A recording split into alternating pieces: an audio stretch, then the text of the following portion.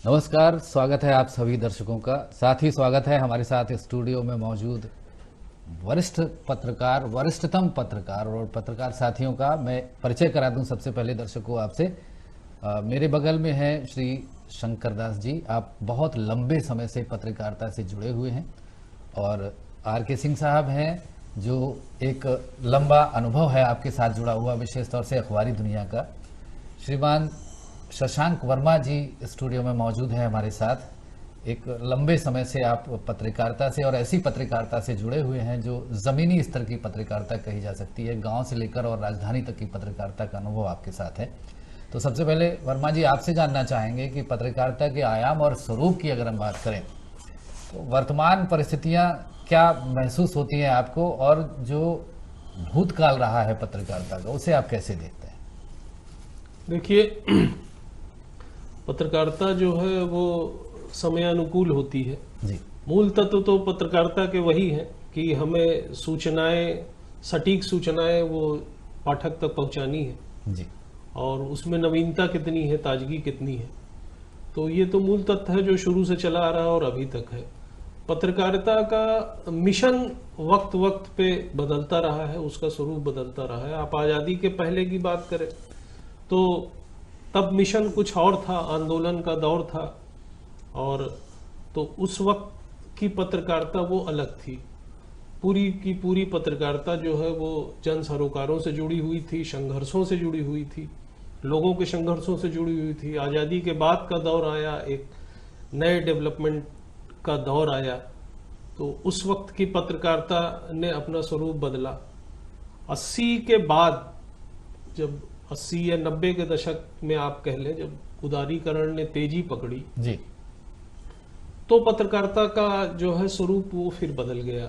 अब बाजार का दौर है, अब पत्रकारिता अलग है। लेकिन आप पत्रकारिता को, अब तमाम सारी की सूचनाओं का प्रवाह बहुत तेजी से हुआ है जी और तमाम तरह के समाचार हैं। लेकिन आप उस पर गौर करें तो जो मिशन है पत्रकारिता का वो आज भी है। जी जो सरोकार है, जो जन सरोकार की बातें होती हैं, वो आज भी पत्रकारिता में मौजूद है। जी बिल्कुल। भले सूचनाओं की भीड़ है जी लेकिन उसमें जन सरोकार की पत्रकारिता हो रही है। हाँ, एक चीज जो चैलेंजेस है जी कि सूचनाओं का प्रवाह तेज हुआ है, तमाम संचार माध्यम बहुत ज्यादा बढ़ गए हैं। जी अब जो है इलेक्ट्रॉनिक्स, पहले प्रिंट मीडिया ही था प्रमुख रूप से, जी। फिर इलेक्ट्रॉनिक्स आया, वेब पोर्टल्स आए, ई समाचारों का दौर आया और ये तेजी से बढ़ रहा है। ऐसे में जो गति है समाचार की, तो हर चेंजेस हो रहे हैं। जैसे प्रिंट मीडिया, अखबार तो सुबह जाता है, जी सूचनाएं, कोई घटना हुई वो तो तुरंत फ्लैश हो जाती है। बिल्कुल।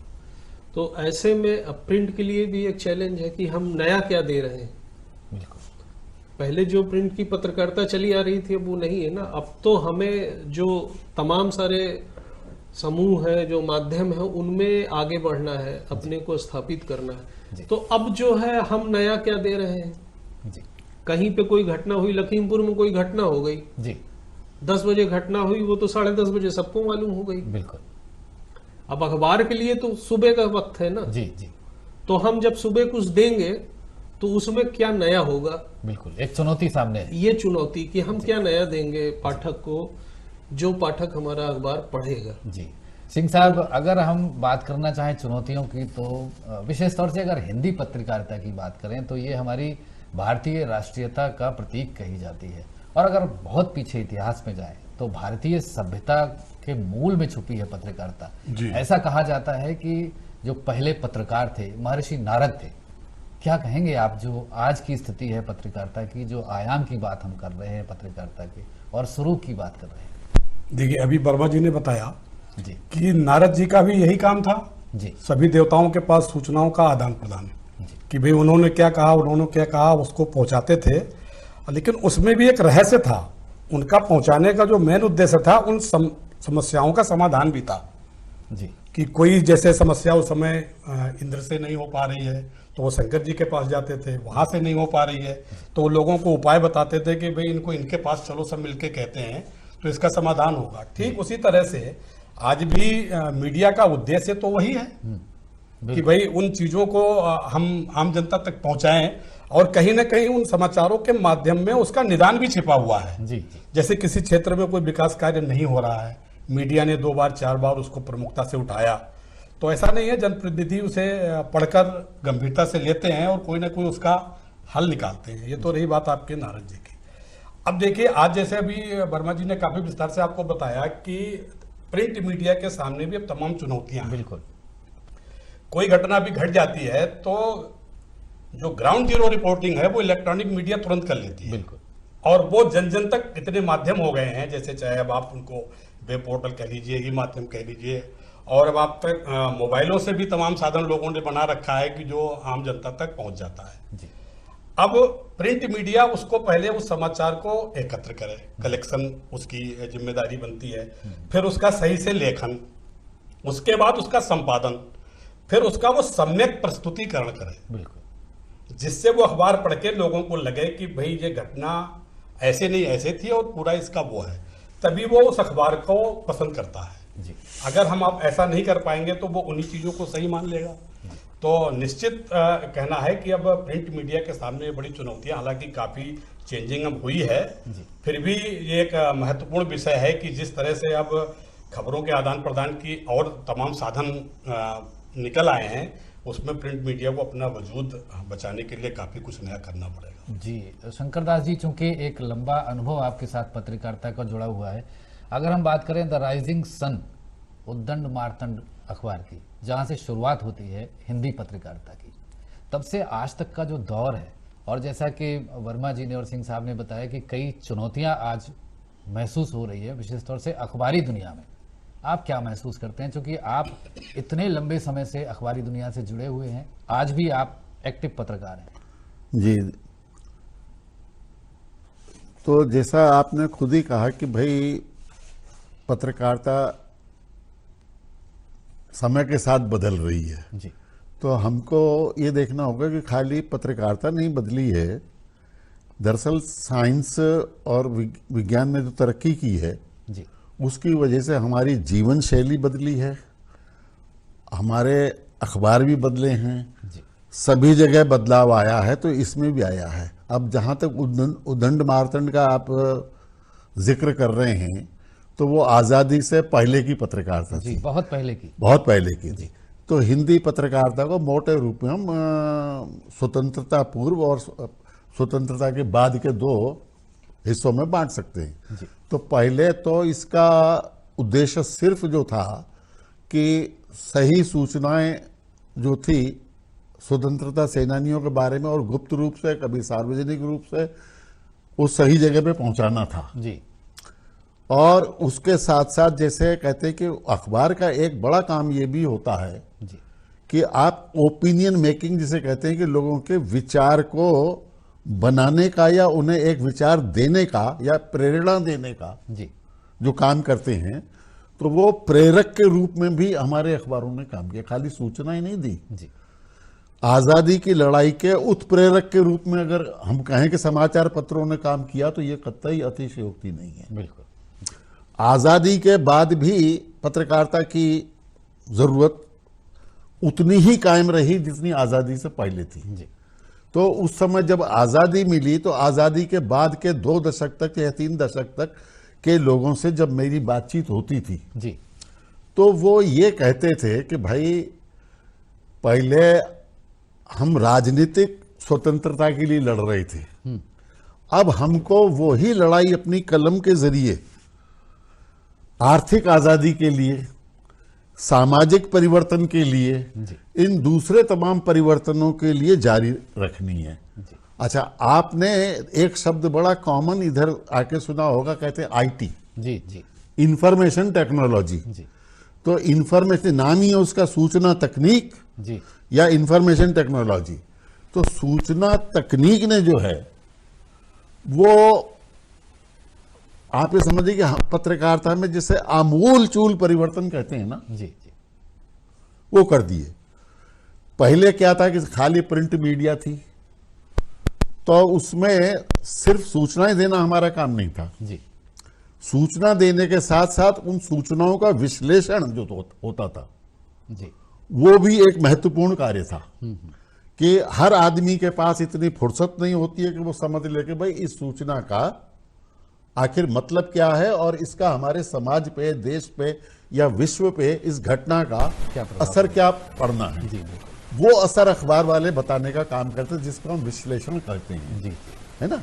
और उसके अलावा कहीं जनहित में या राष्ट्रहित में कह लीजिए, हम कभी कभी लोगों के विचार बनाने के लिए, विचारों पर्टिकुलर विचार के लिए को प्रमोट करने के लिए भी प्रेरित करते थे, जी जी है ना। सूचना तकनीक से ये हुआ कि जो मुझे याद है कि एशियाड जब हुई थी दिल्ली में, जी उसके आसपास ही टीवी आई।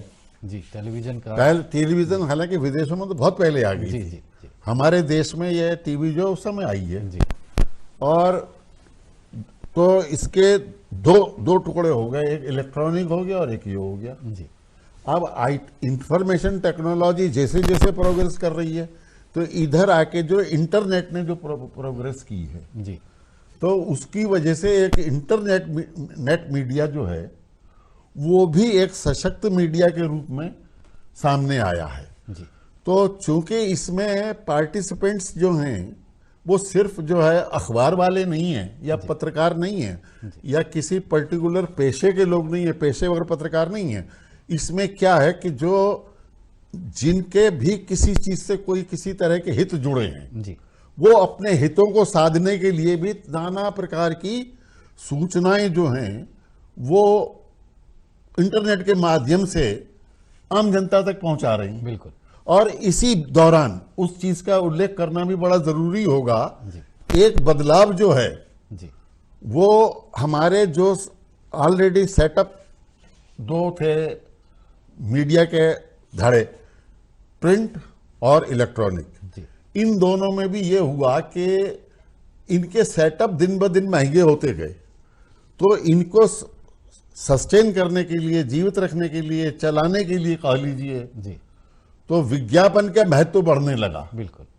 तो इन्होंने मीडिया संस्थान जितने थे, इन्होंने एक उद्योग की शक्ल ले ली। जी अब जब इन्होंने उद्योग की शक्ल ले ली तो कुछ पत्रकार मुझे ऐसे भी मिले जी जो आज के दौर के, पहले तो पत्रकारिता का अलग से कहीं अध्ययन नहीं कराया जाता था किसी भी कॉलेज विश्वविद्यालय में, जी कहीं भी जी जी हम लोगों ने कभी नहीं उसका अध्ययन किया। जी। लेकिन अब ये कम्युनिकेशन के डिप्लोमा भी हैं, डिग्री भी है, सब चीजें। तो एक पत्रकार हमको या दो चार ऐसे कई पत्रकार मिले, हालांकि ज्यादा इस तरह के नहीं मिले, जी जो ये कहते थे कि भाई जब भी हम कोई न्यूज लिखते हैं तो हम उसमें ऐसे इंग्रेडिएंट डालने की कोशिश करते हैं कि जनता उसे लाइक करे। जी वो उनका कहना यह था कि भाई समाचार भी एक प्रोडक्ट है। जी जब मीडिया हाउस जो है बन गया उद्योग, तो समाचार तो अपने आप प्रोडक्ट बनना था, बिल्कुल। उत्पाद हो गया वो। जी जी तो उत्पाद जो थे वो कहते थे भाई बिक्री योग्य उत्पाद हमको बनाना है। जी। और ये उत्पाद जो अच्छा, है वो उससे फर्क ये हुआ, एक सेकंड सर, जी उससे फर्क ये हुआ कि पहले जो पत्रकारिता चलती थी वो ये चलती थी कि भाई खबर में मैक्सिमम जी सबसे ज्यादा महत्व जो दिया जाता था विश्वसनीयता को दिया जाता था। जी जी भाई खबर विश्वसनीय होनी चाहिए, जैसे और सटीक होनी चाहिए, जी कम शब्दों में होनी चाहिए, और जो है बिल्कुल ऐसी होनी चाहिए कि उसको कोई चैलेंज ना कर सके कि ये ऐसा नहीं हुआ। जी जी तो उस तरह की सूचनाओं के बजाय जब उनमें दूसरे इंग्रेडिएंट्स मिलने लगे, जी तो पत्रकारिता का स्वरूप जो है थोड़ा थोड़ा व्यावसायिक हो गया है। व्यवसायिक कह लीजिए, या मैं तो उसे कहूंगा विकृत हो गया। जी बिल्कुल बिल्कुल। तो उसकी वजह से भी कई समस्याएं पैदा हुई हैं, जिनको आप चुनौती कह रहे हैं। जी जी वो चुनौती कम है। जी चुनौती के लिए तो हम हर चुनौती से निपटने को तैयार हैं, जी और हर चुनौती का हम मुकाबला करेंगे। जी लेकिन क्या है कि ये समस्याएं हैं। बिल्कुल। अब उसमें क्या है कि बाजार में टिके रहने के लिए जी एक विश्वसनीय आदमी है, और दूसरा जो है वो उसको सेलेबल बनाता है अपने आइटम को, जी जी बिक्री योग्य बना रहा है खाली उसे, जी। उसका जोर ही इसी बात पे है। तो दोनों में प्रतिस्पर्धा है। प्रतिस्पर्धा का दौर शुरू हो गया है, प्रतिस्पर्धा हम का ये दौर। कह सकते हैं। बिल्कुल आधुनिक सभ्यता का एक प्रमुख व्यवसाय कहा जाती है पत्रकारिता। शशांक वर्मा साहब, इस बात से आप कितना सहमत हैं?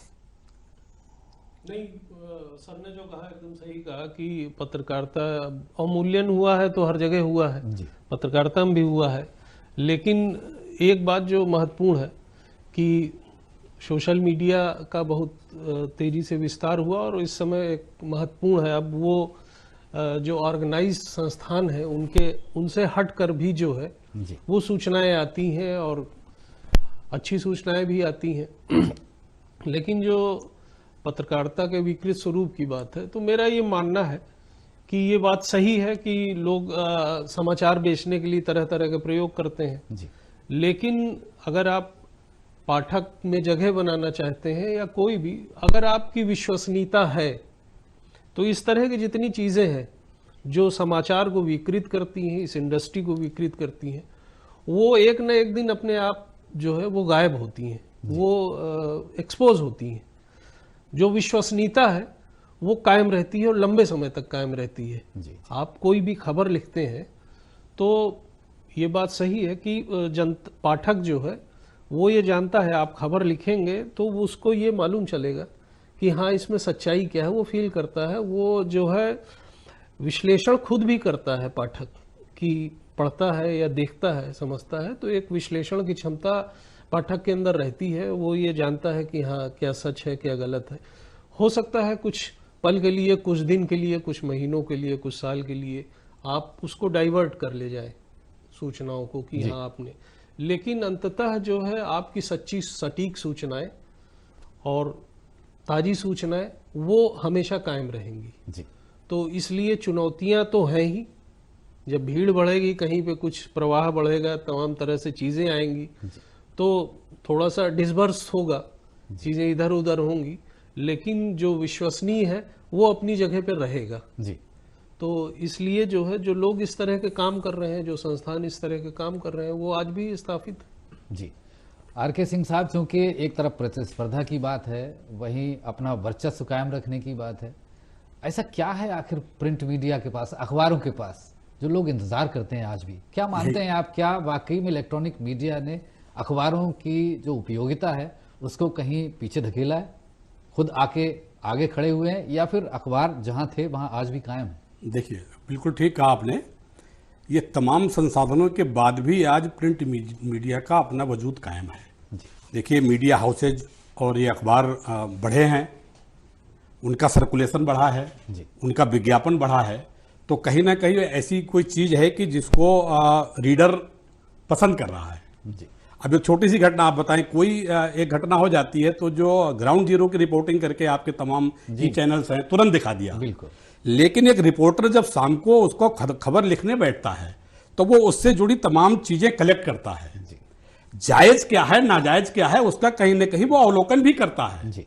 ये नहीं दिखा दिया कि वहां ऐसा हो गया तो बस ये हो गया साहब, और बटोरी और अपना बढ़ा लिया और ये कर लिया वो कर लिया, उससे उसका कोई वास्ता उस समय नहीं होता। जी। हालांकि आप अभी एक कुछ दिन पहले चले जाएं तो जो मीडिया हाउसेज में मालिकों का एक तरह से एडिटोरियल में कोई हस्तक्षेप इसीलिए नहीं होता था। जी। उन्हें अपने रिपोर्टर्स पे पूरा फेथ था कि ये जो लिखेगा वो सही चीज लिखेगा और उसको फिल्टर करने के बाद ही अखबारों में छपेगा। हालांकि इसका एक वजह है कि आज थोड़ा सा मालिकों का मीडिया हाउसेज के एडिटोरियल में हस्तक्षेप बढ़ा है, थोड़ा सा खबरों को नापसंद और पसंद पे उनका अपना है।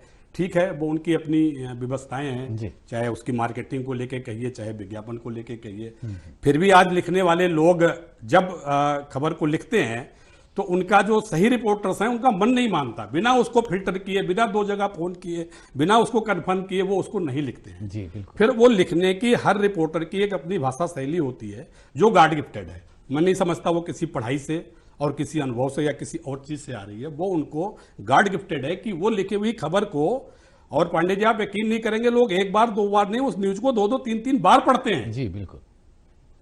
जी, ये जबकि वो टीवी पे भी देखते हैं, मोबाइल पे भी देखते हैं, ई पोर्टल पे भी देखते हैं, इवन देन 1 आध महीने बाद वो पत्रिकाएं में भी आ जाती हैं, पर वो अखबार में छपी हुई खबर को वो 2-2 बार पढ़ते हैं, और कोई मौका आता है तो अखबार ढूंढ के उसको निकालते भी हैं। ये एक कला है पत्रकार की। ये एक कला है पत्रकार, वो आज भी जीवंत है। जी, बिल्कुल। अब जैसे बात की अभी दादा ने भी कही, भाई साहब ने भी कही कि चुनौतियां हैं, ये पत्रकार के समक्ष मैं समझ रहा हूं कि ये भी एक चुनौती है। बिल्कुल। कि मीडिया हाउसेज के प्रेशर के बावजूद, मालिकों के प्रेशर के बावजूद वो बीच का रास्ता निकाल के अपनी लेखन की कला को कहीं मरने नहीं दे रहा, जीवंत रख रहा है। जी बिल्कुल। चूंकि शंकरदास जी, ये कहा जाता है जो दिखता है वो बिकता है। विज्ञापन का दौर है और चाहे वो प्रिंट मीडिया हो, इलेक्ट्रॉनिक मीडिया हो, सभी के ऊपर विज्ञापन का एक दबाव रहता है। जितना ज़्यादा विज्ञापन होगा उतना ही बड़ा अखबार छपेगा, उतना ही ज़्यादा समय तक न्यूज़ दिखाई जाएगी चैनल पर। क्या कहते हैं आप इस विज्ञापनीकरण के लिए? हम अपने सहयोगी की इस बात से बिल्कुल 100% सहमत हैं जी। कि जैसे अन्य क्षेत्रों में हम कहें विज्ञान वगैरह में, तो हमारे प्रतिभाशाली वैज्ञानिक देखिए विदेशों तक में जाके झंडे गाड़ रहे हैं, जी, है ना। आज इंग्लैंड की हेल्थ सर्विस कोलैप्स कर जाएगी अगर हमारे डॉक्टर वहां से छोड़ के चले आए तो। जी, तो हमारे यहाँ प्रतिभाओं की कमी नहीं है, और हमारे यहाँ इतने प्रतिभाशाली पत्रकार हैं कि वो जैसे कहते हैं ना, शीर और नीर को अलग कर दो, बिल्कुल उतनी क्षमता रखते हैं। शीर नीर को अलग कर देंगे और हर समाचार को विश्वसनीय बना देंगे। लेकिन आपको इससे भी मैं अवगत कराना जरूरी समझ रहा हूं भाई, उनकी टोटल अपने नीति निर्धारक जो समाचार पत्रों के हैं वे अब पत्रकार न होके वो मीडिया हाउसेस के मालिक हो गए। तो अब एक पिछले 10 साल से या 5 साल से एक नया चलन चला है जी, जो अभी किसी ने जिक्र नहीं करा यहाँ पर। जी, वो कहते हैं एक कथ्य हमको बनाना है, जिसे कहते हैं नैरेटिव सेट करो, अंग्रेजी में कहते हैं नैरेटिव सेट करना है। तो उसमें गलत सलत किस्म के तर्क गढ़ के और अपना एक जनता को समझाने के लिए एक जो है कथ्य बनाया, तैयार किया जाता है। कथ्य है नहीं, जी, जी, वो तैयार किया जाता है। जी। तो उस तरह के चलन भी चल रहे हैं भाई। अब क्या करा जाए इसमें? जी। तो लेकिन क्या है कि ये तमाम समस्याओं और तमाम चुनौतियों के बाद भी, जी, और ये ऐसा नहीं कि पत्रकारिता में इस तरह की चुनौतियां हैं भाई, जी, जीवन के हर क्षेत्र में ही देखिए कदम कदम पर हमको चुनौती का सामना करना बिल्कुल। पड़ता है। इन चुनौतियों और जैसा कि हमारे वर्मा जी ने भी कहा, जी, जी, इन्होंने कहा कि भाई विश्वसनीयता पे जो लोग चलते हैं, जो कायम रहते हैं, उनका आखिर, ये तो भाई पुरानी कहावत है, बोले सत्यमेव जयते, बिल्कुल, हैं, जी। ट्रूथ प्रिवेल्स, सत्यमेव जयते जब होना ही है, जी, तो मैं तो सभी पत्रकार जगत से, छोटे पत्रकारों से, बड़े पत्रकारों से, गांव के पत्रकारों से आज इस पुनीत मौके पर यह अपील भी करना चाहूंगा, जी, अपने विचार देने के साथ, कि भाई आप सच्चे मार्ग पर चलें, जी, कठिनाइयां कितनी भी हो, है ना, आप जितना जो कुछ कर सकते हैं करें। जी। जैसे हम लोगों ने, आप याद कीजिए, आपातकाल में भी कुछ किया नहीं किया, बिल्कुल, बिल्कुल, तमाम नियंत्रणों के बाद भी कुछ पत्रकार ऐसे थे जो अपनी भावनाओं को कुछ छिपा के, कुछ अप्रत्यक्ष रूप से, कुछ किसी तरह से व्यक्त करके लोगों तक पहुंचा रहे। अपनी जान को जोखिम में डाल जान करके को जोखिम उन्होंने में डाल समाज रहे को थे। एक रास्ता दिखाया। रास्ता प्रशांत दिखा रहे थे। वर्मा जी, चूंकि एक बदलाव की बयार चल रही है, चाहे वो पत्रकारिता जगत हो या फिर कोई और क्षेत्र हो, जो बदलाव की बयार है, जो आगे आने वाला समय है पत्रकारिता के लिए, कितना चुनौती भरा रहेगा, क्या किस तरह देख पाते हैं आप? नहीं, चुनौतियां भी हैं, संभावनाएं भी बहुत हैं। जी, जब टेक्नोलॉजी का विस्तार होगा तो उसमें संभावनाएं भी हैं और चुनौतियां भी हैं। लेकिन मेरा ये मानना है कि जो वक्त के साथ चलेगा जी, और अपने मूल्यों को लेकर वक्त के साथ चलेगा तो वो लंबे समय तक चलेगा। जी, तो सर ने अभी कहा कि नैरेटिव्स गढ़े जाते हैं, सही बात कही कि नैरेटिव, लेकिन कोई भी चीज़ अगर फैब्रिकेट करके बनाई जाती है, उसे पेश की जाती है, तो वो अंततः जो है वो ध्वस्त हो जाती है एक दिन, जी, वो चल नहीं पाती है ज़्यादा दिन। झूठ के चल- पाँव नहीं होते। हाँ, जो चलेगा वो जो समाज में हो रहा है और आप जो उसे देंगे, अगर कनेक्टिविटी नहीं होगी, पाठक की अगर कनेक्ट नहीं होगा आपके समाचारों से, जी, तो वो फिर बहुत ज़्यादा दिन तक उससे जुड़ेगा नहीं। जी, कनेक्टिविटी बहुत ज़रूरी है।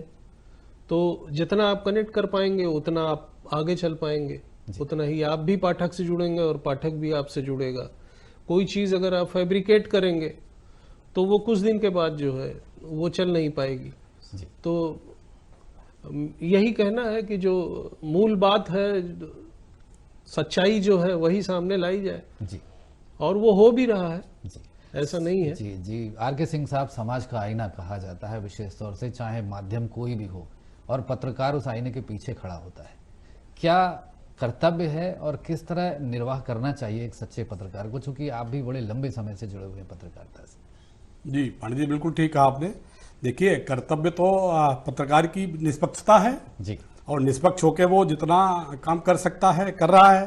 पर अब वर्तमान दौर में आप ये कहिए कि भाई, चाहे चुनौतियां कह लीजिए, चाहे जोखिम कह लीजिए, जी अब प्रिंट मीडिया का काम आसान नहीं है। जी क्योंकि देखिए, अब आप एक और लोगों ने धारणा बना ली है, ये कहना ज़्यादा मतलब अतिशयोक्त नहीं होगा कि अब तो अगर आपने किसी बड़े ग्रुप के खिलाफ, किसी बड़े कारोबारी के खिलाफ कोई उसकी गलत चीज़ें आपने प्रकाशित कर दी, तो वो कहता हम भी अखबार लगा लेंगे। जी जी बिल्कुल सही बात है। अब कैसे हमारी इन चीज़ों को आप उठाओगे, और वो साल 2 साल में कोई ना कोई, चाहे लोकल ही सही, वो अपना मीडिया हाउस खड़ा कर लेता है। जी। निश्चित ही एक बहुत बड़ी भीड़ है।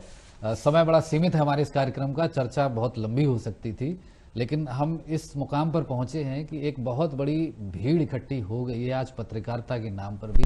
इसमें सच को ढूंढ पाना, सच को परखना एक पाठक, एक दर्शक के लिए एक चुनौती भरा कार्य ही नहीं, बल्कि बहुत ही दुर्गम कार्य है। जी जी। और जब तक सच्चाई का पता लगता है, तब तक बातें कहीं की कहीं पहुंच जाती हैं। आज आप लोग हमारे स्टूडियो में आए, पत्रकारिता के आयाम और स्वरूप के विषय में जो आपने सारगर्भित चर्चा में भाग लिया, आप तीनों का स्टूडियो में आने के लिए, हमारे दर्शकों तक इतने महत्वपूर्ण विचार पहुंचाने के लिए बहुत बहुत धन्यवाद।